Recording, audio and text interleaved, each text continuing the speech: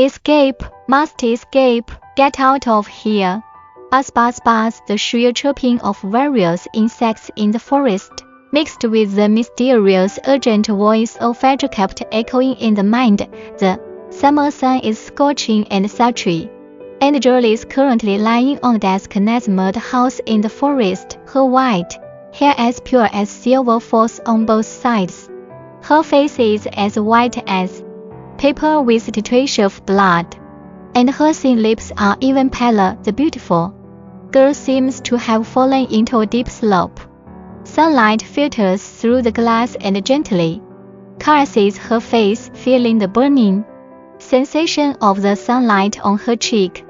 She opened her eyes, and her red eyes were full of shock at the moment.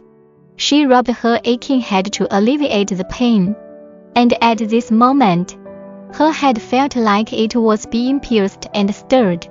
Bstl, the pain is unbearable, as if it will split open in the next second, and there are strange murmuring voices echoing, "Here, where is this?"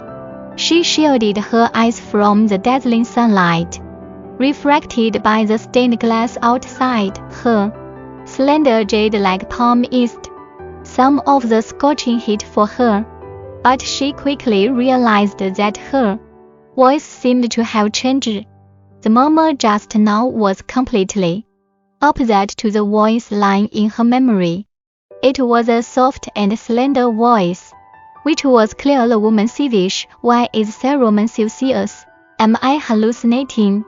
No, this is my own voice. Shocked, the girl immediately stood up from the stool and looked down to check her body, and below her there was no flat and wide body she remembered, but two small peaks and slender, long sides. This is definitely not her body.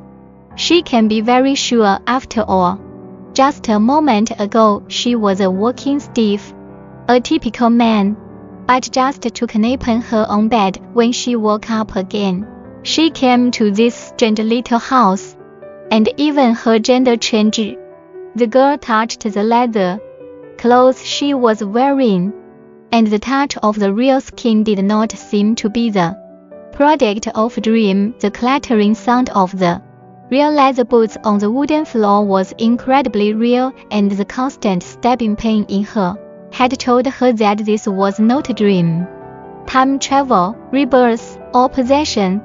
Faced with this very unrealistic situation, the girl sat down again, rubbing her temples with her right hand, and her eyes looked around the situation. Lam forced herself to calm down.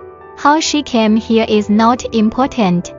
What's important is to understand her situation first. The room is a very simple wooden cabin, and she is sitting at a desk by the window. There are only a few pieces of furniture in the room, a common wooden window, and a few bookshelves. Various dazzling drawings are scattered on the ground, depicting all kinds of things. Echo pen and half a bottle of ink are placed on the table in front of her, as well as a half-open blank sick book and a gold-plated revolver.